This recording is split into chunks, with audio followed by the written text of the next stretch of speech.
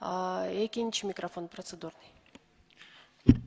Кечирим сурайм, урматтуу төрайым, урматтуу депутаттар. Алмазбек Акмжанович, мына азыр дагы мен чыкканга мажбур болуп атам. Ак Суу менен Жети Өгүздөгү жанакы кырсыкка кабылган чабандар боюнча, эл боюнча айттым эле көчө күнү. Эми төраганын фондунан төраганын фонду бара берсин.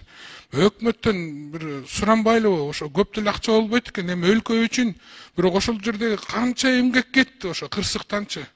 Миңдеген койлор эми ал ошол элдин күн көргөн ок ачат эми канча үй бүлө ошол жакта азап тозок менен калат да. Не только вот Ак Суу, Жети Өгүз талашта бардыр, Ошто, Алайда бардыр, чоң бийик толуу райондор бардыр. Эми өкмөт элдин шагын сындырбай, мына жаныңардабыз, биз барбыз.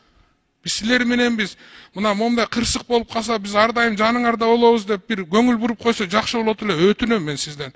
Урматтуу төрайым, протокол тапшырма берип коёшпу, мурайки өкмөткө ушул боюнча бир сунуш, пикир айтып коелу. Андан кийин Садыр Нуркожоевичке да кайрылат элем. Урматтуу Садыр Нуркожоевич, ушул өзүңүздө фондуңуз бар. Ошол фонддон да ушул элге, журтка карап бересизби өтүнүч сизден? Элиңиз күтүп атат тиякта сизди.